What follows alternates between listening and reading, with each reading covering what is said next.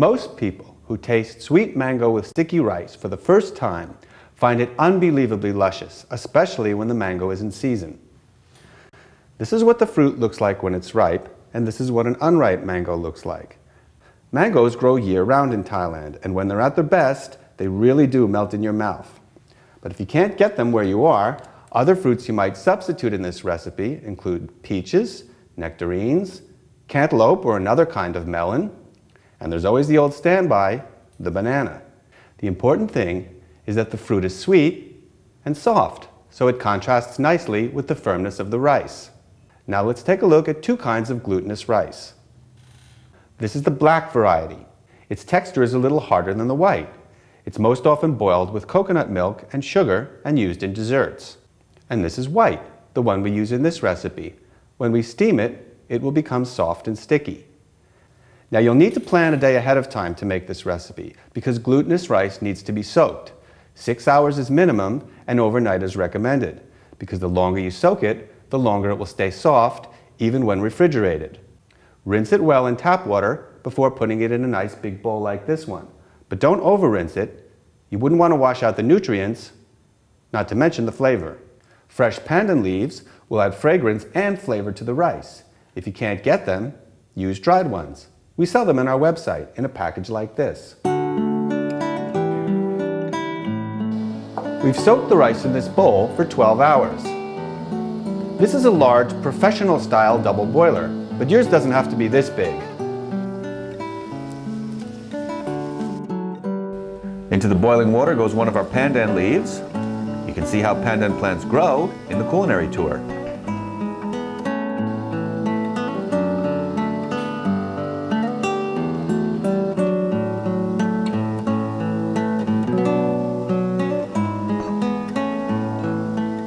Next, we strain our soaked rice.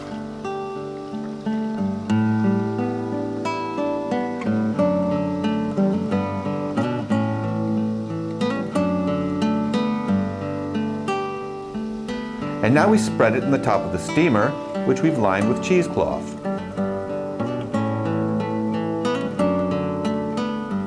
As the rice cooks, the fragrance of the pandan leaf will permeate it delicately and just enough.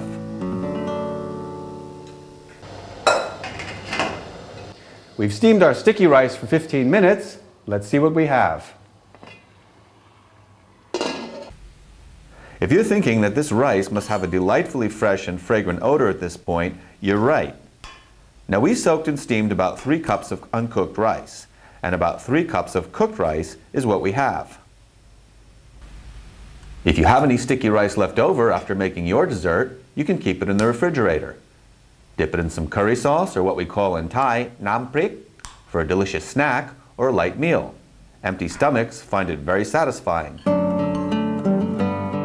We'll let this cool, and we'll be back. We start our coconut cream sauce by adding a tablespoon of cornstarch to about a 1/4 cup of water for thickening.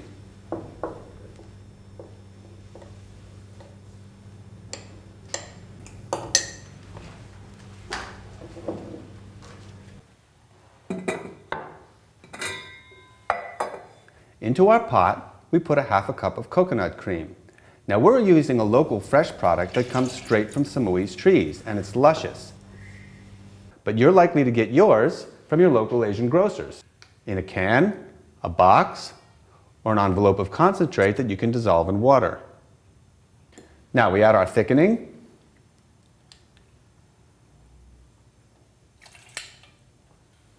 a little salt,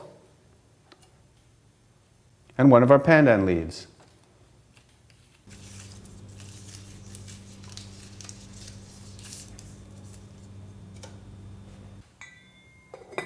And let's go to the stove.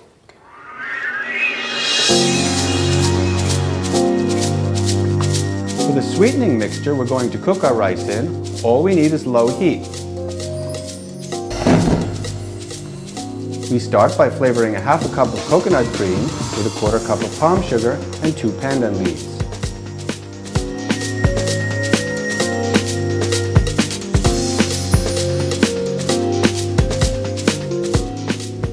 Now we add about a 1/2 teaspoon of salt to cut the intense sweetness of the palm sugar, a technique you'll often see used in making Thai desserts.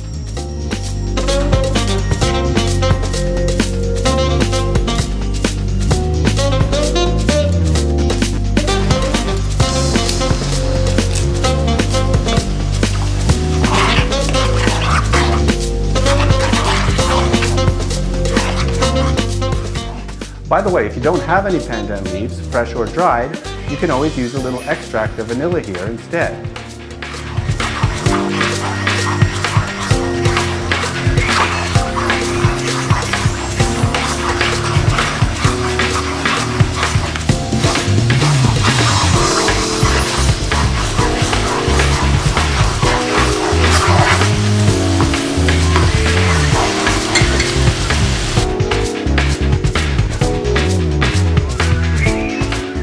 After our palm sugar has been well dissolved, in goes 1 cup of our steamed glutinous rice, which we combine well with our sweetening sauce.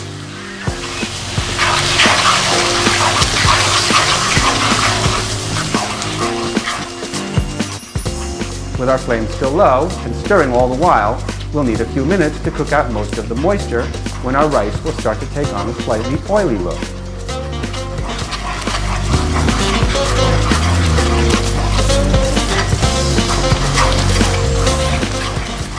As we stir the mixture over low heat, the moisture will begin to cook out and it will really start to earn the name sticky rice.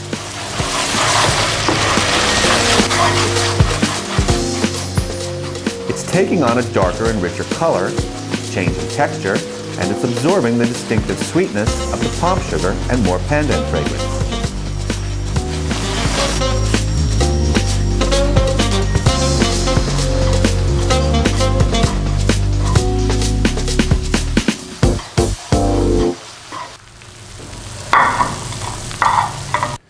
Now that we have the nice fluffy texture we want, we can turn off the heat. Notice that we've lined this bowl with plastic before we put the rice in, so we can easily get it back out.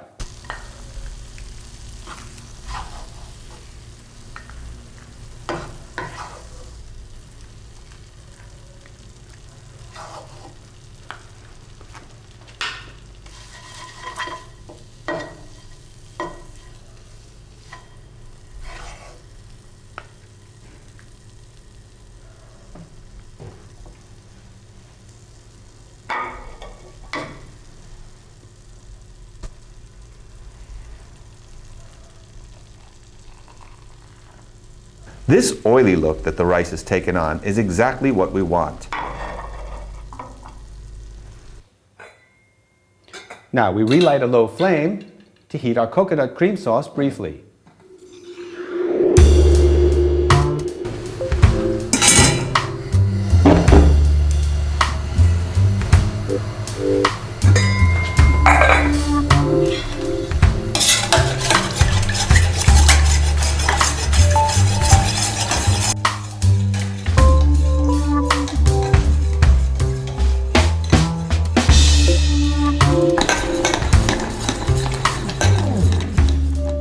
When the sauce is thick enough to cover the bottom of the ladle like this, we're ready to pour it over the rice.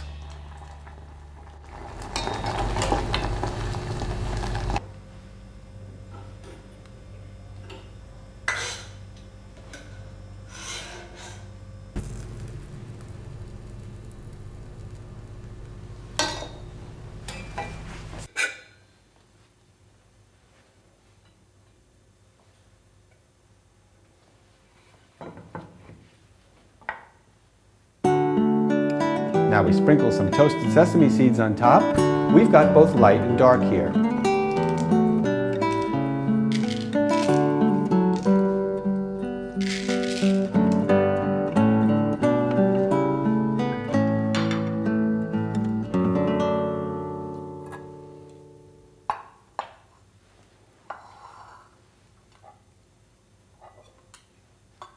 Whatever the fruit is you're using, simply cut it into pieces and arrange it alongside the rice.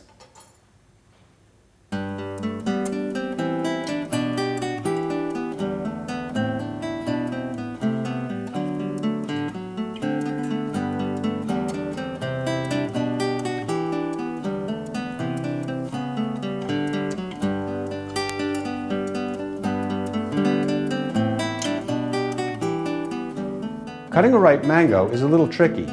This is one of the best techniques we know.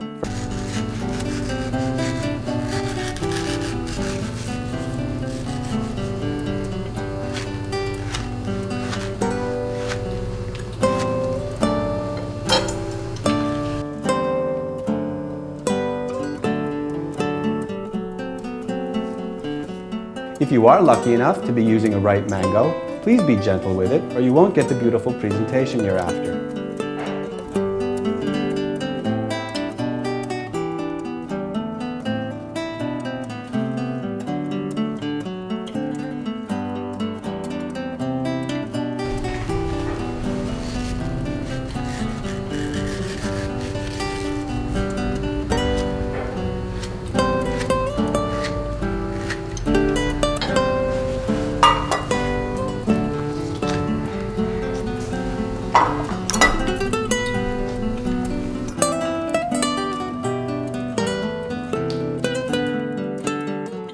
Finally, if you really want to go all out, you might add a scoop of vanilla ice cream to this dish.